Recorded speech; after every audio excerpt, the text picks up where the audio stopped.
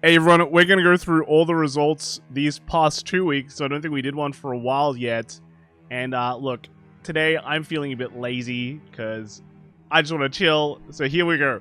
We have WGP Korea. These first place was Raziel, and second place was Levidras.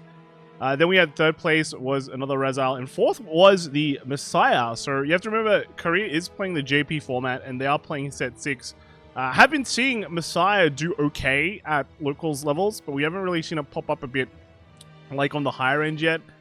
Set 6 is still pretty much dominated by Raziel and Levidras, but we're going to see at least, I think, Korean representatives at the Worlds next month, which unfortunately is on the same day as BCS Sydney, which is sad, because there's definitely going to be a stream for BCS Sydney. Unless they don't want one, then I'll get to play. But yeah, there should be a stream for BCS Sydney. But this is, yeah, let's take a look at the decks. Right? So first off, is that Raziel deck? I think the pilers have been returning. In the beginning, there was less piling, but now Japan has embraced the pile, and we just see the Wisdom combo with the Teethfells all come back and make a pretty solid deck, right? Second place was the Levidras. Levidras, I think, is just unitely similar across the world, all very similar, except they are running one of the new orders. Is it? No, not the new. It's an old order, but one order that people don't really run. I think this is a flex slot anyway, so you can just play anything you want there. Personally, they've maxed out the squirrels. I know Ian likes maxing out the Saphira just so you can push harder. Just zoom in, yeah, just push harder. Even the transfer, this twin cast is fine. I think twin cast is just insane. So a lot of choices there. The next we have is the other Raziel. This one is the Valtrosa build. And Valtrosa with the Cadwalla. So no piling. Alright, no pile for this one. I think this one's pretty good as well. Both of these Keta lists, not Keta piles, both of these Raziel lists do exceptionally fine. I think people underestimate Valtrosa. Valtrosa is just actually insane. Just being able to push early. Of course, if you Wisdom Teethfelt, you pop off, but this one is a one card combo, And then finally, we do have that Messiah. So the Messiah is just pretty straightforward. Not running any of the Alter Ego Messiahs though, so absolutely not going into any of the Amnesty Messiahs then.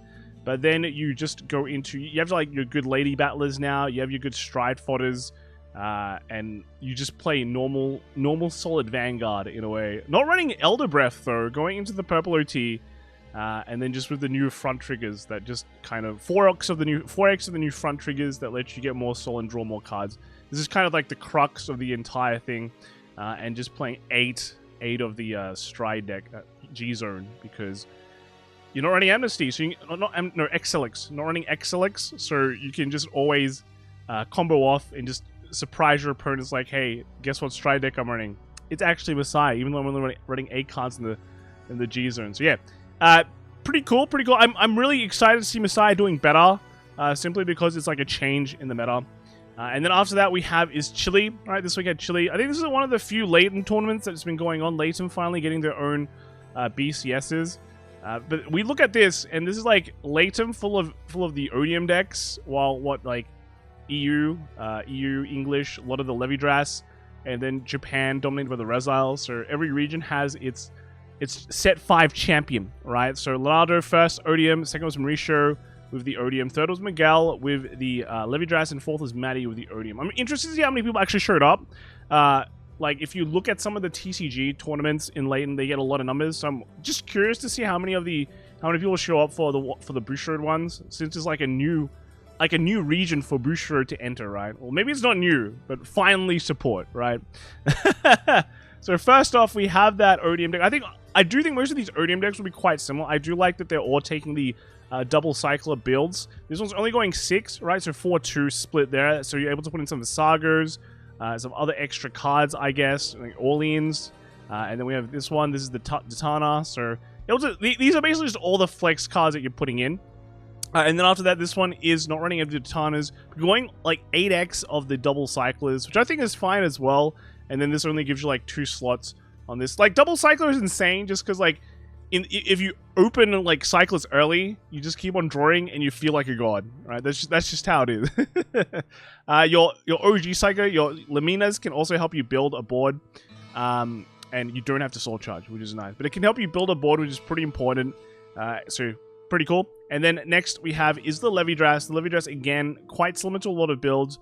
Just like some changes are like the Sephira, 3 Sephira, one of the counter charges, just taking out some of the squirrels and maybe like a foxel.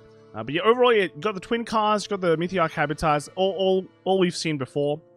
And then lastly, the other Odiums. This one running at 1 clockwise, which is kind of weird.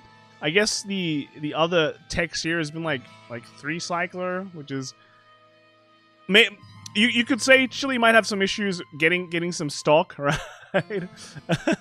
Leighton region might have some problems getting stock, but the reality is the Odium engine is already very strong anyways. If you pop off, you pop off, and there's nothing really your opponent can do, right? So that's kind of it. That's kind of all the Chile results. Otherwise, we go back to last week. Last week, you had Vancouver. We had 2 big ones, actually. Spain and Vancouver. Vancouver was probably the bigger one. A lot of Odium, right? A lot of Glima. Pretty good, pretty good. And then, cut to top 8. All the Reziles just came out of the woodworks. The Odiums cried. And then finally, the winner was Hofi Tran with the Rezile. So this is actually the first time Rezile is getting a top in the West. You might have heard me talking about this in top decks. But yeah, this is the first time Rezile's been getting the tops in the West. Tyler Yu, good friend, came second. Had a terrible finals, unfortunately, but came second with the Levidras. Third was Jigajit with the Levidras. Sorry if I said your name wrong. And then fourth was Alicia with the Odium.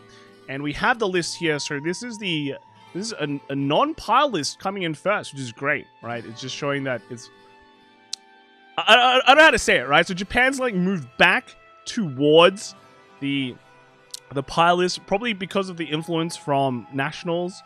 But then, you know, the West has been very, very piley, but this one going all the way back to unpiling. I think it's fine. I think it's a great list.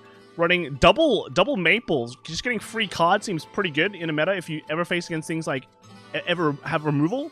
So like Varga, for example, they wipe your board, at least your maples just come back and you can just build a free board, which can be pretty nice. Works pretty decent under Persona Ride as well.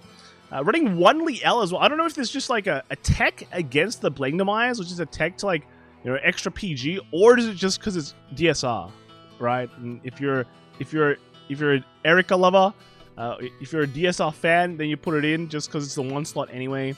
It doesn't really impact that much. What do? You take out like a Cadwalla, or Nibiris? Yeah, like I think it's interesting if you do feel like your meta has a few more Blangdemeyer. All right, this would be a nice tech, and then the rest is just a pretty similar engine.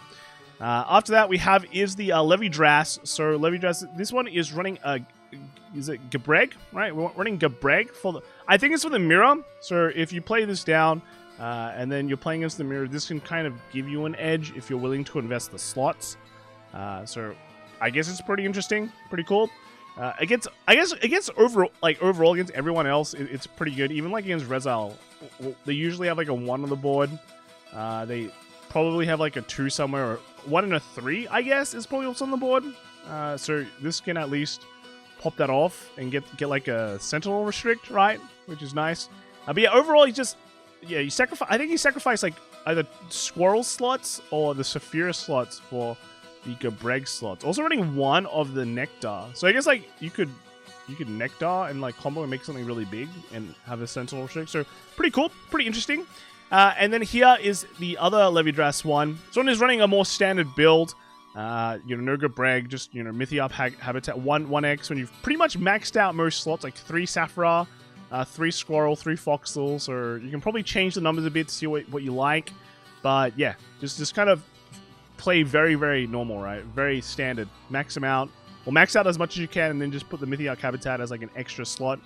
And then lastly with the Odium again, so another Odium running a 2-4 split with the Cyclist, which I think might be slightly better because you can save your energies for constant use of your Anachronos Dragon, and technically the soul for Odium is not really that needed. Right? If you really need soul, you can always soul charge, but otherwise you generally don't need that much soul. So running this Cycler, which actually is just pretty much superior, the second ability is just better than the Energy Cycler one, can be pretty effective. So I like this split. If you're ever splitting your Cyclers, I feel like this is probably the better way to split it. And then also running some Falcratia for, I guess, higher power. All right, higher power, I guess. Yeah. And then next we have is Vancouver Premium. So a lot of Nubatamas made in top cut, and then even like Link Jokers, 3 Link Jokers. What's going on, man? And then the top card, the Nubatama is really dominated. And then finally in the top 4, we have Matthew Buck with the Angel Gize coming in first. And then second place we had Blue with the Nubatama. Third was Isaac with the Victor. And then fourth was Daniel T with the Nubatama as well, which is actually pretty interesting. Take a look at him. So first was that Angel Gize list. Angel Gize has been making a huge comeback in the whole meta. A lot of people bring it. It's a pretty straightforward deck. You don't really need to think too deeply about it. You just get a bunch of triggers and then you ultimate stride. And against things like Shiranui, it's pretty good because once you go into your ultimate stride, they can't do anything to you. All they can do is try to G-guard a lot and try to hit a lot.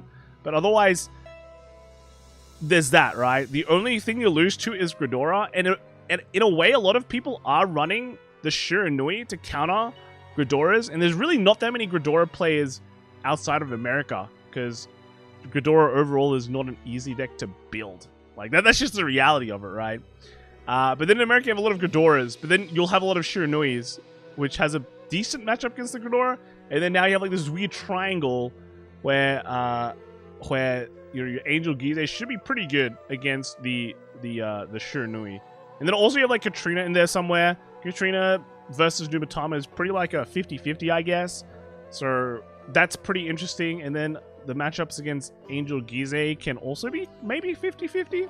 You do get your multi-attack easier, but at the same time, if Angel Gize pops off, you just pop off. So it's pretty interesting how this deck has evolved to become a potent threat in the current metagame, and how I wonder how it'll go. All right, I wonder how it'll go. If there's a ban list coming up soon, right, and that might hit some decks, will this deck become better? Who knows? Who knows? Next is that Nubatama deck. So this is just pretty standard, I guess. Now, most of these cards you just put in because they're good cards. Look at this. Look at these three cards. All these grade 1s just slotting in 100%, right? And then you're definitely putting in 4x Shiranui, and then people like running Zanki because it's just another Shiranui name, which I think it just works, right? It just works. It's pretty good because even against Ghidorahs and all that, you have more copies to ride so you don't get stuck, which is very, very important. And then you got your Restanders, and Esmeraldas. Yeah, more Restanders. So that's pretty much your Nubatama decks nowadays. Go Crest Nui, and then just go big, make a lot of attacks, be strong, annoy your opponents. Yeah. We have Victor as well. I think this is actually a pretty cool tech. Well, not a tech, but a pretty cool idea to bring into the format. Victor is actually relatively good against Ghidorah because you got this really annoying dude with guns on, and he gives everything resist. So you can't they can't Brilliant Blister any of your stuff, and then you just attack heaps of times, your opponent just dies. You only lose to Honolly. Not every deck runs Honolly now. Katrina's run Honolly. Angel Gize sometimes runs Honolly. Does he run Honolly? Yeah, they sometimes run it, I think. Not everyone runs Honolly, because it does take up some of the black spots, right? You want to max these out and just kind of get a lot of damage. I think Mega Colony, yeah, Ghidorah runs a couple Honollies. They don't get it. Katrina's, and then Grand Blue. I think Grand Blue is the easiest at getting the Honollies. Maybe, yeah, Katrina as well.